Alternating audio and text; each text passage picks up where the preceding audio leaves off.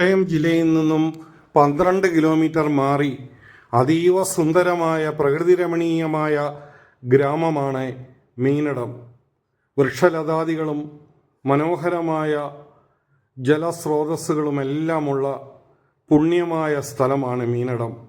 കൗരവ പാണ്ഡവന്മാർ തങ്ങളുടെ വനവാസകാലത്ത് വെട്ടത്തുകവല വഴി മീനടത്തുകൂടി സഞ്ചരിച്ചു എന്നാണ് പൗരാണികമായ വിശ്വാസം.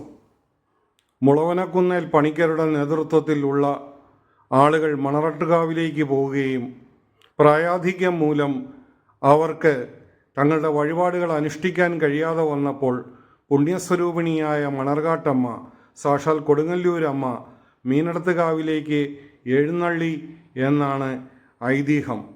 കുംഭഭരണി മഹോത്സവത്തിന് ലക്ഷക്കണക്കിന് ആൾക്കാരാണ് ഈ നാട്ടിലും അന്യദേശങ്ങളിലുമുള്ള ആളുകൾ ഇവിടെ എത്തിച്ചേരുന്നത്.